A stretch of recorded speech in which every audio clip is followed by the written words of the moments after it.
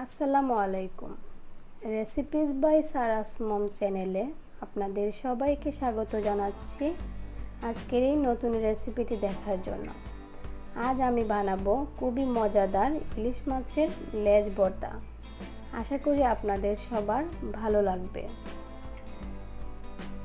তো চলে যাই মূল রেসিপিতে। এখানে আমি ইলিশ মাছের দুইটা লেজ নিয়েছি।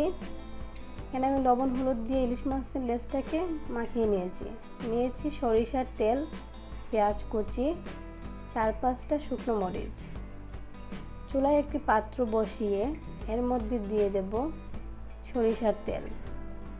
তেলটা গরম হয়ে আসলে দিয়ে দেব লেজ, ইলিশ মাছের লেজ দিয়ে আমি ভালোভাবে ভেজে নেব।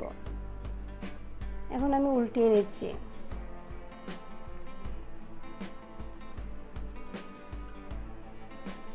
একই পাত্রে দিয়ে দেব মরিচগুলো আমি ভালোভাবে ভেজে নিচ্ছি।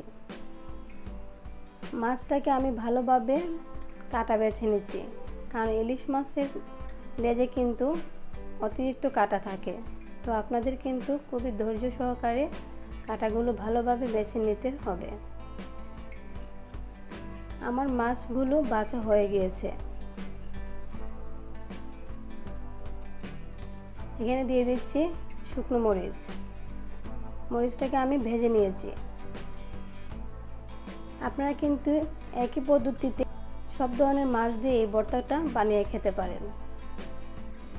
এখানে আমি দিয়ে দিলাম স্বাদ মতো লবণ। এখানে বুঝে লবণটা দিবেন, কারণ মাছ ভাজার সময় আমি লবণ দিয়েছি। দিয়ে দিচ্ছি পেঁয়াজ কুচি। পেঁয়াজটাকে আমি ভালোভাবে মাখিয়ে নিচ্ছি। এখন সবগুলো উপকরণ আমি ভালোভাবে মেখে নিচ্ছি।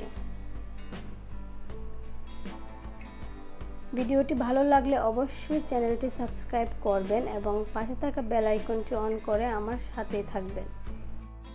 আপনাদের একটি সাবস্ক্রাইব আমার কাজ করা উৎসাহ আরও দ্বিগুণ বাড়িয়ে দেয়।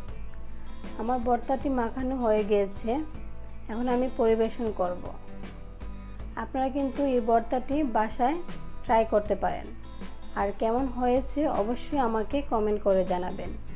আপনাদের লাইক এবং কমেন্টস আমাকে অনেক উৎসাহিত করে। আজকের মতো এখানেই বিদায় নিচ্ছি। আল্লাহ হাফেজ।